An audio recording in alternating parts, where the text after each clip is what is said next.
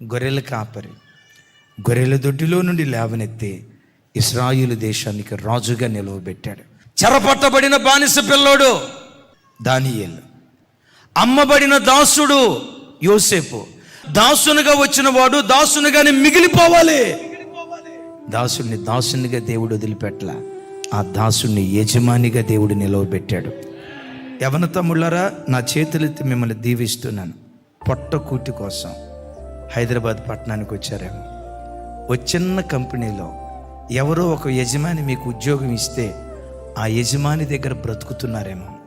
కానీ నీ మీద దేవునికి ఉన్న ప్రణాళిక ఏంటో తెలుసా?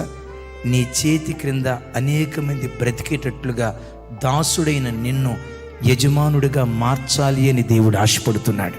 మిమ్మల్ని మెస్మరైజ్ చేయటానికి, భ్రమపరచడానికి నేను ఈ మాట చెప్పట్లేదు.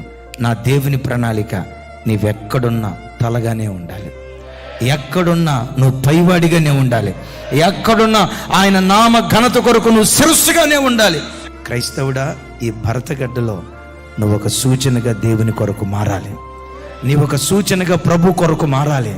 దేవుని ఆశ్రయించిన ప్రజలను దేవుడు ఎలా లేవనెత్తగలడో, పెంట కుప్పల మీద పడిపోయిన బ్రతుకులను ఎలా తలమానికగా దేవుడు చేయగలడో, నీ ద్వారా ఆ సూచన లోకానికి వెళ్ళడగునట్లుగా నా దేవుడు నిన్ను బలపరుచునుగాక.